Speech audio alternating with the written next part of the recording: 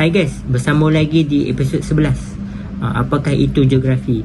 Bersama saya Muhammad Aiman, Muhammad Faizul dan rakan saya Nuraini binti Muhammad Syawal selaku Esko Perhubungan Awam Komunikasi dan Antarabangsa.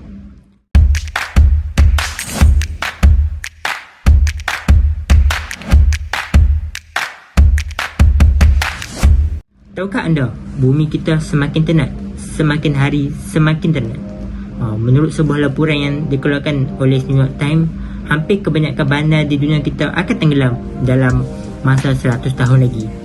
Kalaulah kita pernah dengar berkaitan dengan kotak Atlantis yang pernah tenggelam ribuan tahun dahulu.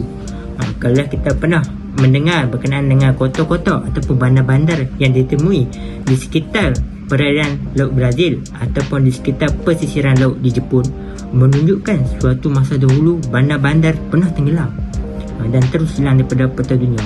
Maka kita tidak mahu ada lagi bandar-bandar yang akan tenggelam di masa hadapan. Selepas tadi, korang mesti nak tahu apakah sebenarnya faktor-faktor yang menyebabkan bandar-bandar di dunia ni hampir tenggelam. Yang pertama adalah peningkatan arus laut. Perkara ini berlaku disebabkan oleh perubahan iklim dunia. Kalau kita kaji dan kita ketahuilah, pelbagai aktiviti yang telah dilakukan oleh manusia seperti pembakaran hutan, seperti pembakaran bahan fosil api untuk kegunaan industri dan pengangkutan.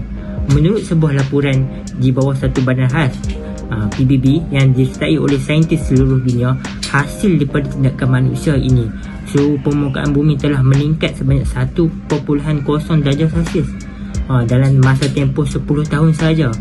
Dan suhu global ini dijangka terus meningkat sehingga 1.5 darjah Celsius menjelang tahun 2030.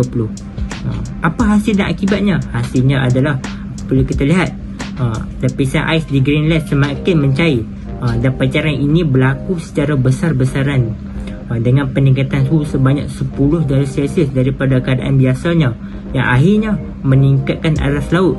Yang saya kira benda ini sangat-sangat berbahaya kepada bandar-bandar ataupun kawasan-kawasan yang berada di paras pesisir pantai yang rendah. Faktor yang kedua pula adalah kita lihat bagaimana pada hari ini wujudnya pembangunan-pembangunan yang tidak terancang menyebabkan permukaan tanah di bandar-bandar ini semakin menurun. Kalaulah kita lihat, perkara ini semestinya disebabkan oleh kegagalan untuk bandar-bandar ini merancang dengan baik, yang pada akhirnya bandar-bandar ini dipenuhi dengan konkrit. Kalaulah tuan-tuan nak tahu, apabila bandar-bandar ini dipenuhi oleh konkrit, maka air hujan ini tidak dapat diserap ke dalam tanah, dan apabila air hujan ini tidak dapat diserap dengan baik ke dalam tanah, maka air bawah tanah yang digunakan oleh para penduduk tidak dapat lagi diisi. Pada akhirnya menyebabkan struktur tanah itu semakin goyang dan permukaan tanah itu semakin lama semakin menurun, semakin lama semakin menurun, dan pada akhirnya bandar ini akan jadi semakin rendah daripada aras laut itu sendiri.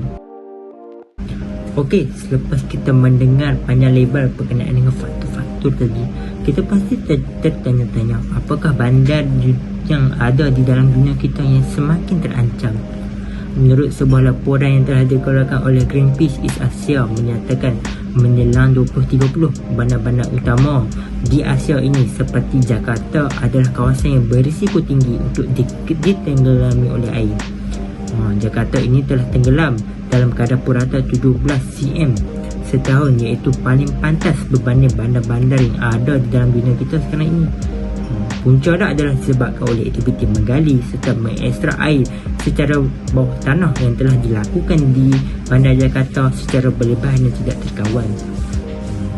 Bandar yang kedua yang sedang diancam pada ketika ini adalah bandar Dhaka di Bangladesh. Menurut sebuah laporan yang dikeluarkan oleh The New York Times, Dhaka adalah bandar yang diramalkan akan tenggelam dalam masa 100 tahun lagi. Statistik 2017 menunjukkan populasi di Dhaka ini sahaja ada 8.9 juta orang. Di bandar ini bencana alam kerap berlaku dan keadaan bencana-bencana ini semakin hari semakin teruk.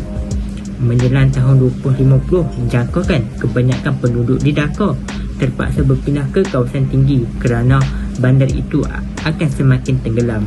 Bandar ketiga yang dijangka tenggelam menjelang tahun 2030 iaitu Bandar Mexico.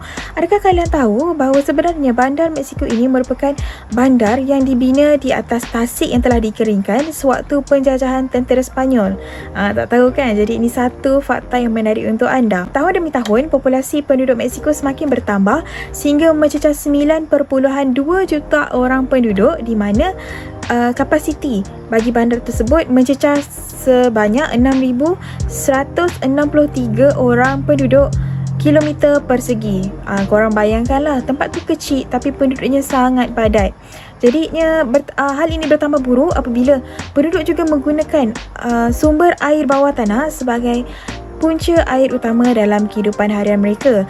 Jadi daripada aktiviti seperti penggunaan air bawah tanah, populasi penduduknya yang juga bertambah serta keadaan bandar itu sendiri yang dibina di atas tasik juga menyebabkan kira-kira bandar ini ditenggelami air sebanyak 20 inci bagi setiap tahun.